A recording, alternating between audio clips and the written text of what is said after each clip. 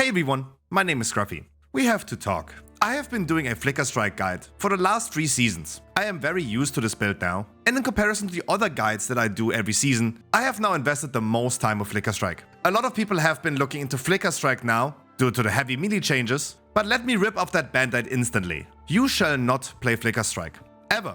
Not just this season. Flicker Strike is and was a meme build. It is incredibly strong, but if you are not used to it, and you're not willing to have a rippy build that kills you all the time, requires high investment to become strong, you should just not play it. I would love to put a video up that says Fire Flicker Strike Warden. Just imagine the thumbnail about this. It would be amazing clickbait and get me a lot of exposure. Instead, we're gonna be doing this video today, talking about the differences between Warden and the regular Slayer version, and why we're probably gonna stay with Slayer later on. Today's video is gonna be a little bit theoretical. I am currently creating the guide for Flicker Strike, and of course I looked into both versions now. I will not talk you through the leveling and gem section today of Flicker Strike, because what I will present you later on is almost the same as last season. The POV will include both versions, the written guide will just include the Slayer version. I want to take the time today to explain you the new Warden Ascendancy, what benefits it has, and why many people forget that Slayer has also been buffed this season. And without further ado, let's sit down and have a talk. Let's start looking into the Ascendancy of the Warden first. Wardens gain the Barkskin ability. This is an aura that will reserve more mana, but this aura will grant you a massive amount of defense. Flicker Strike is already lacking a lot of defenses. You have super low life. I remember me playing it 2 seasons ago. I had 1500 life. But the goal is to kill enemies before they kill you. But for the early game, maybe that's great. In itself, Barkskin is awesome. Just maybe not on Flicker Strike. Every melee can use tinctures, but the Warden has the talent to use 2 tinctures. We also can make our tinctures linger after they have been running out, which allows us to have a potential very high uptime without heavily investing into mana regen and unreserved mana. There's a mana Flicker Strike version, but the reason why you never see this and never be suggested is it's not great. It's the meme of a meme. Let's quickly talk about tinctures first. The current POB version, which is not updated for 3.25, but is a beta version, allows us to look into the Warden itself, but it does not calculate the abilities and ascendancies correctly. Before anyone advises me to use the beta version, I do. It just does not calculate the abilities correctly,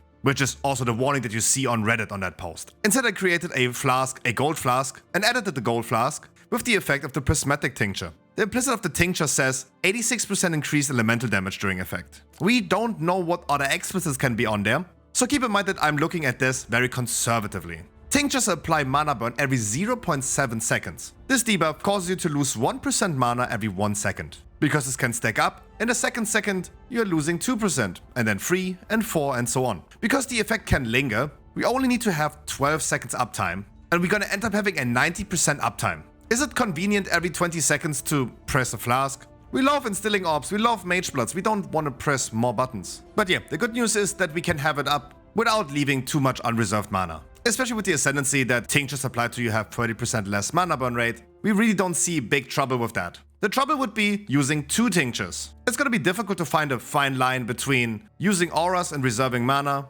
having high attack speed with Flicker Strike, using a lot of mana with Flicker Strike, but still having enough mana to let the mana burn run for 12 seconds. There are talents on the passive tree that are fairly annoying. I don't know about you, but passive points are fairly scarce. We can skill into tincture, cooldown recovery rate, reduced mana burn rate, getting some mana back, and having increased effect of tinctures. We can also make that our tinctures use life instead of mana, but even with very high life leech, this could become very spooky because it then stops when you deactivate it. The talent itself says that you cannot deactivate it anymore. Instead, it will just deactivate when you have 1 life remaining. There's no confirmation yet right now, but currently I have to go with the information that we have already. Looking into the other Ascendancy points, we can scale into more shock effect, into more freeze effect, and making that our ignite instead scorches, causing the enemy to have minus 30% elemental resistances, and it applies twice. As a fire Flicker Strike, great. Because POB does not calculate this correctly, I created a Stygian Vice and an Abyssal Jewel as a placeholder that gives nearby enemies have minus 60% fire resistance. Again, I'm being very generous right now, assuming that our Scorch will apply minus 30 and not minus 25. Avatar of the Wilds is the last Ascendancy. After having 100 Unbound Fury, we can use this ability to get a damage buff for 10 seconds, granting us 80% more elemental damage. 80% more is a lot, it's almost doubling your damage. To have the highest use of this, we want to make sure that we apply all type of ailments. Because we're focusing on fire damage, we would love to have a ring, for example, with added cold and added lightning damage, because our high crit chance causes us to shock and chill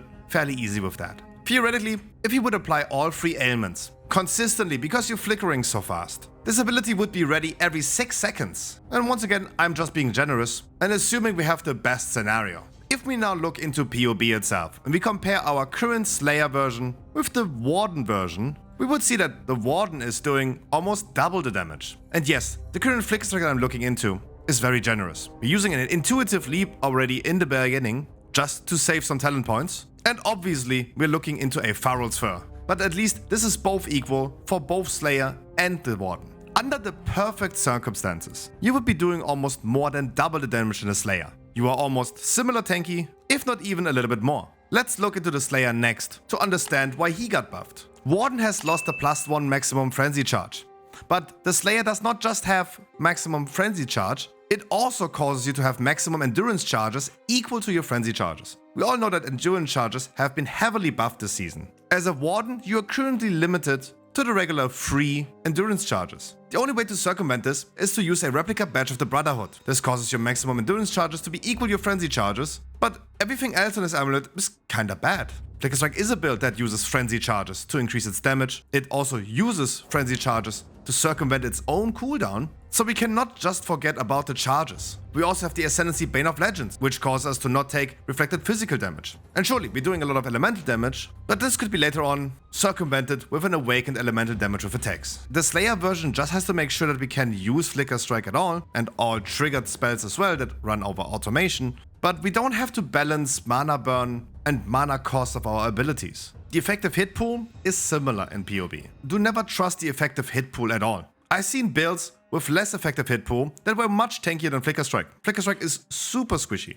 so don't be fooled. This season I will be suggesting Immortal Call to use. It will consume 5 endurance charges, which we should have kept out almost all the time, to reduce our damage taken. The Warden also uses Immortal Call, but will not have the benefit of having so many endurance charges. So as a conclusion for the early game, a Fire Flicker Strike Warden would probably be easier to build and you have a better time in the early game. We kept our talent trees on level 92 to make sure that this is a fairly achievable goal and not too far gone. Usually we would go for 95, but 92 sounds so much better. There are still a few questions about the Warden that are not answered yet, but for now I would theoretically conclude that the Warden is stronger in early game than the Slayer is. Let's look into the late game.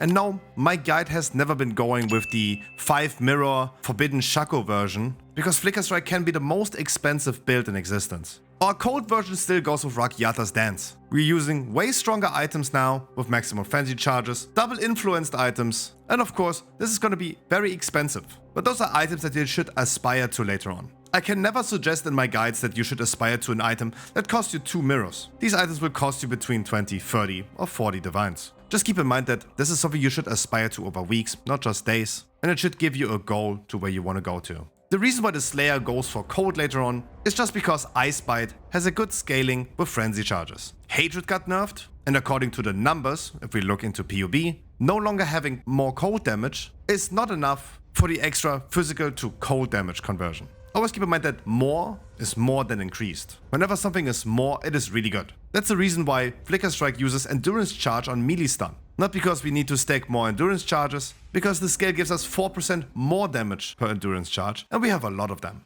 This gem can be even on level 1 and is still as good as on level 20. With Rakyata's Dance, we can also use a Blizzard Crown to benefit from the extra 10% cold rest that they have. Only problem is that we can no longer use 2 curses because there is no good second curse. Lowering the enemy's resistances are not good because we treat their values inverted. And this seems to not really stack up. Even with the cold build, we could do some fire damage. That fire damage could ignite, and as a Warden it could scorch. But scorch enemies have their elemental resistances lowered by up to 30% based on the fire damage of the hit. Meaning that if we're focusing on anything else but fire damage, the added fire damage that we're gonna have is fairly low and would probably not give us 30%. This time I'm very conservative and I can really not tell as long as the PoB is not updated. If we look into the cold and lightning version of the Warden, it would not come close to the fire version, even though we can apply 100% increased damage taken from shocks. Not even a second tincture would make up for the damage that we gain as a Slayer later on during the endgame,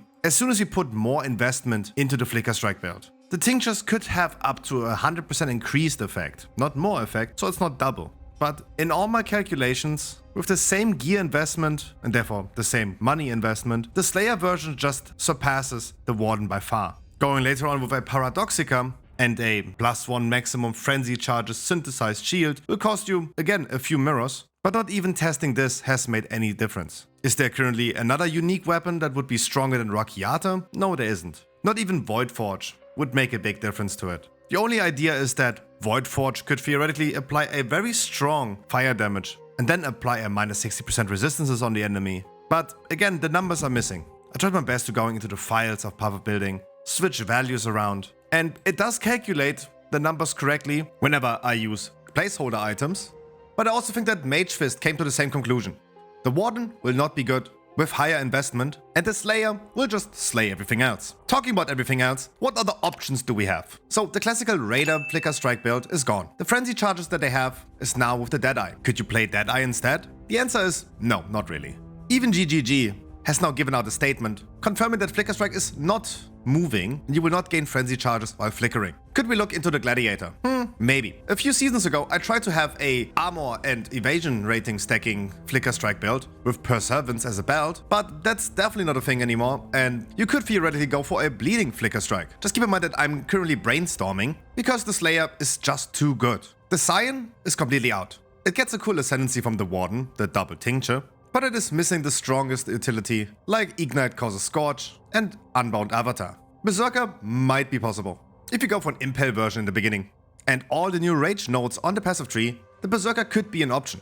And yes, I saw the Mage Fist video, and I hate myself for not working faster on my video, because me and him are the only people that I know trying to make Flicker Strike league start worthy. If you value his opinion more than mine, that's totally fine with me, because we're coming up to the same conclusion. The Slayer will just be better than Warden. I personally don't like switching my character mid-season if I play a build that has a very high investment ceiling. Can we please start skipping the campaign, please? Please, I'm begging you. I don't want to do it a trillion times. So, coming to my overall conclusion. I'm a guide writer. I'm the new kid on the blog and on YouTube, and we see the current drama with Lance educating Rue and Lance claiming that he invented all builds that everyone stole from him. But I always try to do something unique and offer build guides that might not work out as a typical league starter. If anyone wants a stable league starter, go to Zizaran and play Explosive Arrow. That's totally fine. There's currently no market for the 100th YouTuber to make another Explosive Arrow guide that Zizaran already did. Instead, I always tried something unique. You guys always let me know this by heavily downvoting a lot of my videos sometimes. All of this feedback hurts, don't get me wrong. That's why we have currently drama about build is bad with Lance, but in reality, it is just good feedback. Talking about the drama really quick, please just give content creators like me a little bit of space to flourish and grow. We all did mistakes. Flicker Strike is such a thing that the people that look for it and used to look for it in the last few seasons, they know what they're up to. But I do watch all the PoE creators. I watch Tai, I watch TPB, I watch Zizaran and Steelmage. I watch Quinn too, and people are often in chat now talking about Flicker Strike. I can promise you right now that I honestly believe it is still a meme build, no matter if it's being played by Warden or by the Slayer. Should you play a meme build? Sure, why not? If you're down for it and you know exactly what you're signing up for, go for it. Flicker Strike is the only build guide that I did the last 3 seasons in a row that no one really complained about, because it's only the people that already know what they want to play, because it's only being watched by people that know they want to play exactly that. They know exactly what they're signing up for. I'm naming this video today a little bit different, but it counts for me as my third out of 3 guides that I will do each season. And the written guide and everything can be still found on our website or even the POB that I link in the video description. I do think that the best thing I can do right now is just tell you guys that you should probably not play it. Do not get debated by the hype that is currently being spread in Twitch chats everywhere. But hey, overall I can tell you, as the final conclusion, it is stronger than last season. But with this piece of information, you do whatever you want.